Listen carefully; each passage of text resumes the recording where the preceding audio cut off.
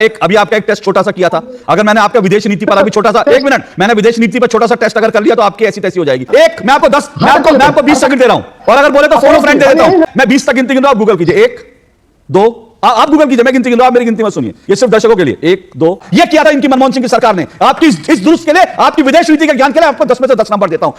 आपने 55 साल तक भगत सिंह को कैसे आतंकवादी बता दिया? 55 साल तक भगत सिंह को आतंकवादी बताते रहे आप लोग। अंग्रेज मानते थे, तो अंग्रेज जो मानते थे वो आप भी मानते थे। आपकी सरकार ने सिर्फ और सिर्फ पंडित नेहरू के नाम पर एयरपोर्ट बनवाए, आपकी सरकार ने इंदिरा गांधी राजीव गांधी के नाम पर एयरपोर्ट बनवाए। भगत सिंह के नाम पर एयरपोर्ट किसने रखा? ये जरा जाके इतिहास में झांक लीजिए। सर चंडीगढ़ अंतरराष्ट्रीय हवाई अड्डे का नाम बदलकर कर्नाटक से तो आपका टेस्ट लेना जरूरी है। बताइए शर्मल शेख क्या है? शर्मल शेख किस बड़ा का नाम है, किस चिड़िया का नाम है जानते हैं? कि भैया आप कश्मीर में आतंकवाद फैला रहे हो, तब मनमोहन सिंह की सरकार ने घुटने टेकते हुए यह स्वीकार किया कि हां हम भी आपके यहां आतंकवाद फैला रहे हैं और भारत और पाकिस्तान को बराबर का आतंकी देश बना दिया था। दोस्तों नमस्कार, स्वागत है आप सभी का।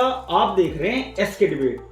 2024 के लोकसभा चुनाव के दौरान राहुल गांधी अपनी हर रैली में एक लाल रंग की किताब यानी कि संविधान की कॉपी लेकर एक बात जरूर बोलते थे कि अगर मोदी सरकार फिर से सत्ता में आई तो मोदी सरकार संविधान को खत्म कर देगी। मोदी सरकार सत्ता में फिर से आई लेकिन संविधान खत्म नहीं हुआ। वहीं दूसरी तरफ कर्नाटक की कांग्रेस की सरकार ने सरकारी ठेकों में धार्मिक आधार पर मुसलमानों को 4% आरक्षण देने का प्रस्ताव विधानसभा में पारित करवा लिया है। इसको लेकर बीजेपी ने विधानसभा में हंगामा किया और कहा कि हम इसके खिलाफ कोर्ट का रुख करेंगे। अब सबसे बड़ा सवाल यही है कि धार्मिक आधार पर मुसलमानों को 4% आरक्षण देना क्या संविधान के खिलाफ नहीं है क्या? आज की डिबेट इसी मुद्दे पर होने वाली है। कांग्रेस की तरफ से संदीप त्रिपाठी और राष्ट्रवादी न्यूज एंकर अशोक श्रीवास्तव हैं। दोस्तों वीडियो बहुत मजेदार होने वाली है। आपसे अनुरोध है वीडियो को अंत तक जरूर देखें। वीडियो पसंद आए तो लाइक करें, शेयर करें, कमेंट करें और मेरे चैनल को सब्सक्राइब करें। तो दोस्तों मेन डिबेट स्टार्ट करते हैं।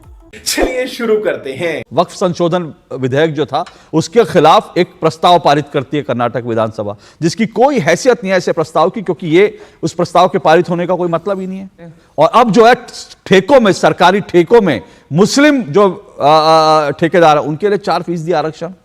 कितना आगे जाएंगे सर मुस्लिम तुष्टीकरण के लिए? क्या उत्तर प्रदेश में ओबीसी को आरक्षण है क्या जो है ठेकों में? या और भारतीय जनता पार्टी की 16 राज्य में सरकार है, कहीं पर ओबीसी को आरक्षण है जो हम ओबीसी का आरक्षण खा रहे हैं? सर ये लोग तो ओबीसी का आरक्षण दे ही नहीं रहे हैं।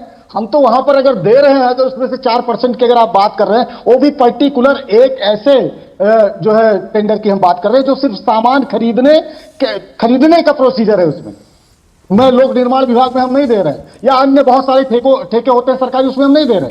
एक जो है वहां की सरकार ने एक जो है पारदर्शिता के लिए एक अधिनियम आता है जो उस अधिनियम के तहत सरकारी खरीद के लिए जो सामान खरीदा जाता है उसमें हम 4% आरक्षण दे रहे हैं। संविधान के किस प्रावधान में धार्मिक आधार पर मुसलमानों को आरक्षण दिया जा सकता है, ये जरा बताइए। आर्थिक और सामाजिक। आर्थिक आधार पर 1 करोड़ का ठेका आर्थिक और सामाजिक आधार पर। अभी आपने कहा कि उसकी क्या हैसियत, जब भगत सिंह जी ने असेंबली में पर्चे फेंके थे उसकी भी कोई हैसियत नहीं होती है। सिंबॉलिक रूप से बहुत सारे काम होते हैं। अरे वाह, हम बहुत बढ़िया। आज कांग्रेस भगत सिंह की बात कर रही है, उन्हीं भगत सिंह की जिनको कांग्रेस के राज में दिल्ली यूनिवर्सिटी की किताबों में आतंकवादी पढ़ाया जाता था। बहुत नहीं, जिनसे मिलने नेहरू जी गए थे, जो है जेल में मिलने गए थे। हाँ। और जिनका मुकदमा भी कांग्रेस ने लड़ा था। अच्छा, मुद्दा ये नहीं है। कांग्रेस ये है, किस कांग्रेस के नेता ने लड़ा था बताइए जरा। ये भी मैं बता दूंगा, नाम बताइए, अभी बताइए ना, डेट भी बताइए। फंस जाएंगे सर। नहीं, फंस जाएंगे सर। आप जबरदस्ती भगत सिंह का आप भगत सिंह बनने की कोशिश करने लगे। मैं चाह रहा था कि आप जो है विषय पर आए। आप कांग्रेस की तुलना भगत सिंह से करके ना, आप मतलब भगत सिंह का अपमान मत कीजिए। आज की कांग्रेस की कम से कम कांग्रेस से तुलना करके भगत सिंह से प्लीज। लेकिन मेरी डिबेट में कम से कम भगत सिंह का नाम लेकर अपमान मत कीजिए भगत सिंह का। तो अटल बिहारी वाजपेयी जी भी वही काम करते थे। अटल बिहारी वाजपेयी भी शामिल थे, तो ठीक है। अटल बिहारी वाजपेयी 6 साल के जिम्मेदार थे, लेकिन आप लोग जो 70 साल के जिम्मेदार हैं। बोलिए। आते हैं सर, 55 साल हमने शासन किया। 55 साल जिम्मेदार है तो 55 साल तक आपने 55 साल तक कैसे बढ़ाया? मैं आपने 55 साल तक भगत सिंह को कैसे आतंकवादी बता दिया? सर 55 साल तक भगत सिंह को आतंकवादी बताते रहे आप लोग। अंग्रेज मानते थे, तो अंग्रेज जो मानते थे वो आप भी मानते थे? नहीं, हम नहीं मानते। तो फिर भगत सिंह आतंकवादी कैसे थे? विषय पर आइए। जनता पार्टी के लोग एयरपोर्ट का नाम चेंज कर देते हैं, उनका सर मानते हैं। भगत सिंह एयरपोर्ट किसने नाम रखा बताइए? आपकी सरकार ने देश के किसी एयरपोर्ट का नाम सरदार शहीद आजम भगत सिंह के नाम पर नहीं रखा, उसका श्रेय बीजेपी को जाता है। आपकी सरकार ने सिर्फ और सिर्फ पंडित नेहरू के नाम पर एयरपोर्ट बनवाए। आपकी सरकार ने इंदिरा गांधी, राजीव गांधी के नाम पर एयरपोर्ट बनवाए। भगत सिंह के नाम पर एयरपोर्ट किसने रखा? ये जरा जाके इतिहास में झांक लीजिए। और सुभाष चंद्र बोस के नाम पर एयरपोर्ट का नाम किसने रखा? सरदार पटेल के एयरपोर्ट का नाम किसने रखा? जरा जाके जांच कर लीजिए, उसके बाद डिबेट में आइए। बात तो सही है। देश के किस एयरपोर्ट का नाम शहीद आजम भगत सिंह और वो किस सरकार में रखा गया, जरा बता दीजिए। नहीं, आप नाम बदल दिया तो कहां है सर? नाम बदल दिए? कौन से एयरपोर्ट का नाम सुनिए, कौन से एयरपोर्ट का नाम शहीद आजम भगत सिंह था जिसको बीजेपी ने बदल दिया? बताइए, नाम बताइए, गूगल कर लीजिए। मैं बिल्कुल चलिए गूगल बिल्कुल कर लेता हूं। गूगल करिए। चल सर बात आ गया गूगल। अरे गूगल करिए ना। एक मैं आपको 10 मैं आपको 20 सेकंड दे रहा हूं, और अगर बोले तो फोन ऑफ फ्रेंड दे देता हूं। मैं 20 तक गिनती गिन रहा हूं, आप गूगल कीजिए। 1 2 आप गूगल कीजिए, मैं गिनती गिन रहा हूं, आप मेरी गिनती मत सुनिए। ये सिर्फ दर्शकों के लिए। 1 2 3 4 5 6 7 8 9 10 11 12 13 14 15 16 17 18 19 20 20 सेकंड आपके पूरे हुए सर। कौन से एयरपोर्ट का नाम शहीद आजम भगत सिंह था जिसको बीजेपी सरकार ने बदल दिया? बताइए सर।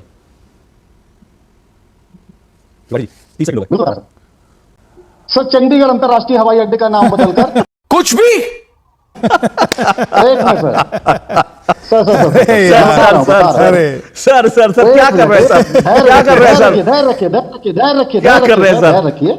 अरे सर 40 सेकंड सर। चलिए, कोई बात नहीं, आप गूगल कर लीजिए। थोड़ा गूगल गूगल करिए। 40 थोड़ी सेकंड तैयारी करके राय करें।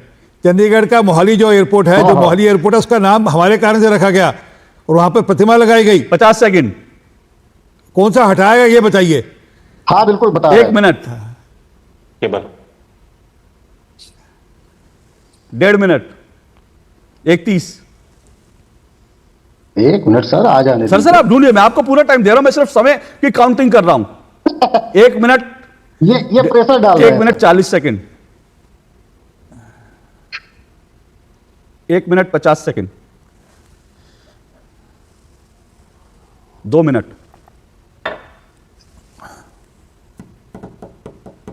2 मिनट 10 सेकंड, मैं भेजू लिंक आपको। 2 मिनट हाँ वो 20 लिंक है हमारे सेकंड, पास जो आप भेजेंगे। 2 मिनट 20 सेकंड, 2 मिनट 30 सेकंड,